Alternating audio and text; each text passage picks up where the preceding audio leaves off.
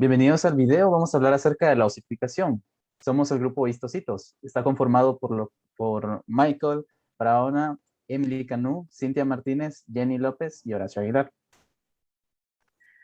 En los temas que vamos a mencionar tenemos como primer punto la definición, como segundo punto las células involucradas, tercer y cuarto punto los tipos de osificación y quinto y último punto las funciones y centros de osificación. ¿Qué es la osificación?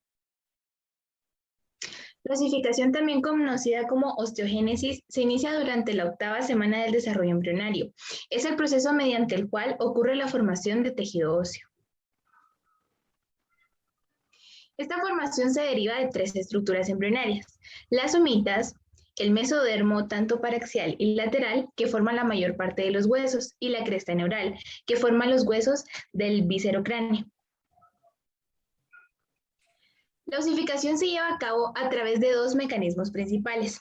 La osificación membranosa, también llamada osteogénesis directa, en la cual las células mesenquimáticas se diferencian en osteoblastos. Y la siguiente, que es osificación endocondral, también llamada osteogénesis indirecta, en la cual las células mesenquimáticas primero se diferencian en condroblastos para producir cartílago, que luego se degrada y es reemplazado por tejido óseo.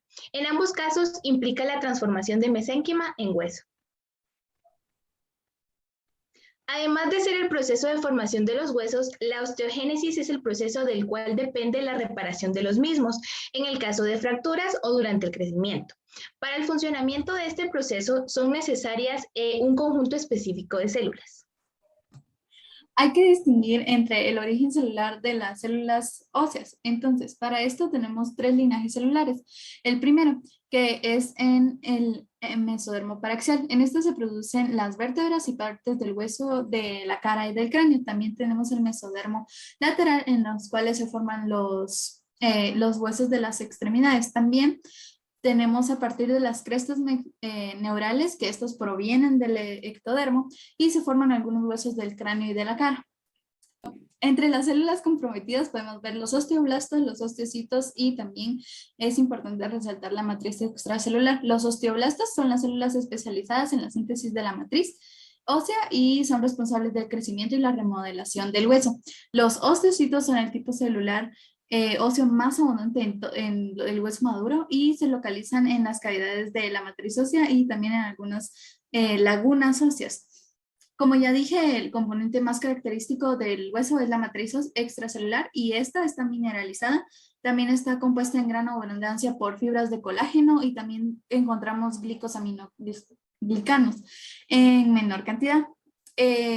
Esta composición confiere al tejido óseo una consistencia de dureza, resistencia y también le ayuda a la compresión y a la elasticidad. Al contrario del cartílago, el hueso es un tejido fuertemente irrigado por el sistema sanguíneo. Hablando más específicamente de las células, los osteoblastos los podemos encontrar alineados uno a la par del otro y esto forma una capa celular que al rodearse completamente o al unirse completamente esto, crea las lagunas que antes mencioné. Y hasta este momento, cuando se rodean completamente, se pueden diferenciar de los osteocitos.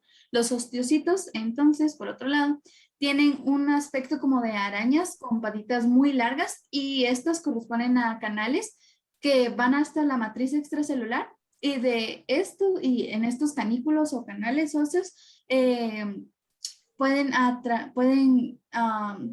trasegar las sustancias desde los vasos sanguíneos hasta otros osteocitos.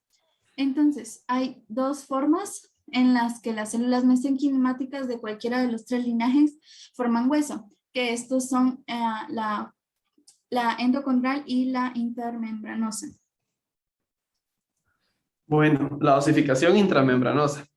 El hueso se forma por un método más sencillo, sin intervención de un cartílago precursor. Los huesos planos del cráneo y de la cara, mandíbula y clavícula son algunos ejemplos de huesos desarrollados por osificación intramembranosa. En la osificación intramembranosa, la formación de hueso es iniciada por la acumulación de células mesenquimatosas que se diferencian en osteoblastos. En la primera evidencia de la osificación intramembranosa en los huesos se observa alrededor de la 8ª semana de gestación dentro del tejido conjuntivo embrionario. Las células mesenquimatosas migran y se acumulan en áreas específicas, por ejemplo, en la región de desarrollo de los huesos planos de la cabeza, donde forman los centros de osificación. Esta acumulación celular dentro del tejido mesenquimatoso inicia el proceso de osificación intramembranoso. Las células mesenquimatosas en los centros de osificación se alargan y se diferencian en células osteoprogenitoras.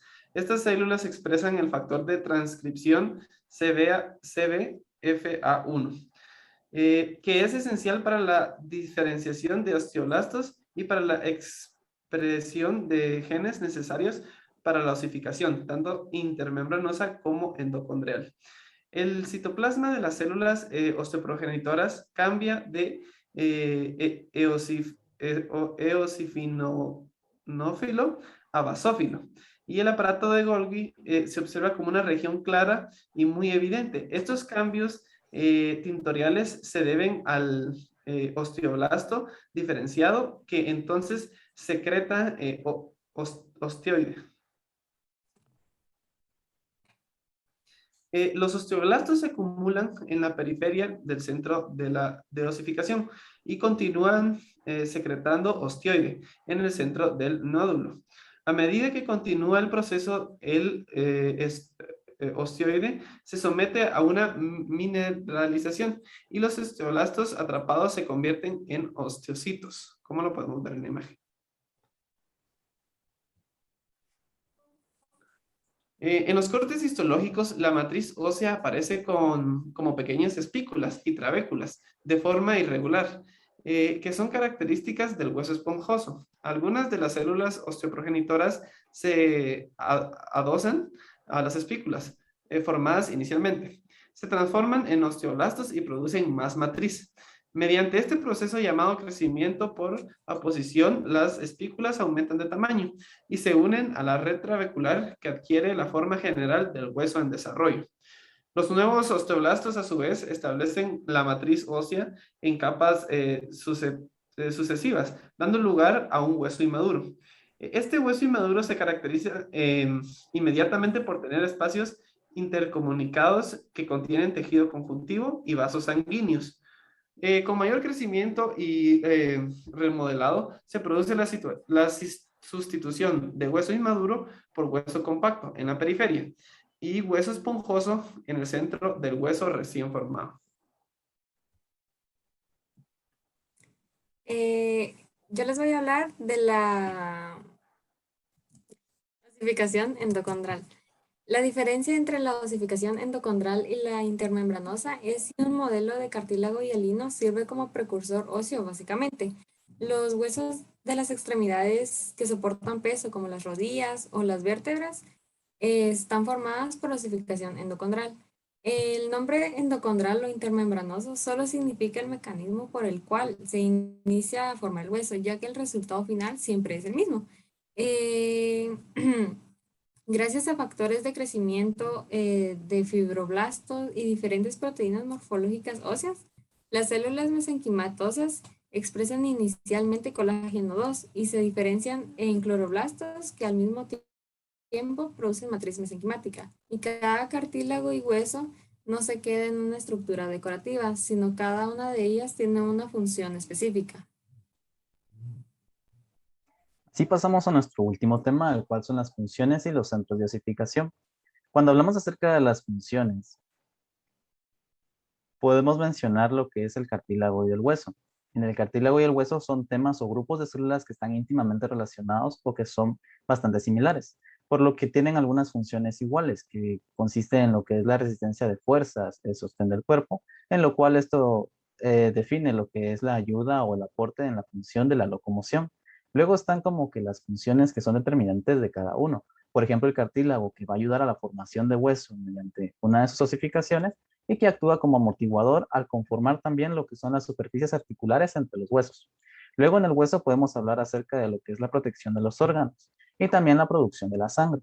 Así en las dos imágenes, en una de las imágenes histológicas podemos ver la transición de células del cartílago a óseas, y también en la segunda imagen que podemos ver cómo a partir de la médula ósea se generan los distintos componentes de la sangre, lo que son los glóbulos rojos, los glóbulos blancos y las plaquetas. Luego podemos pasar acerca de hablar de los centros de osificación, los cuales los podemos dividir en dos, el que es el primario y lo que es el secundario. Cuando hablamos del primario, es el que se presenta en el molde cartilaginoso ubicado a la mitad de la futura diáfisis. Es decir, que podríamos mencionar que en lo que respecta al hueso es la parte media.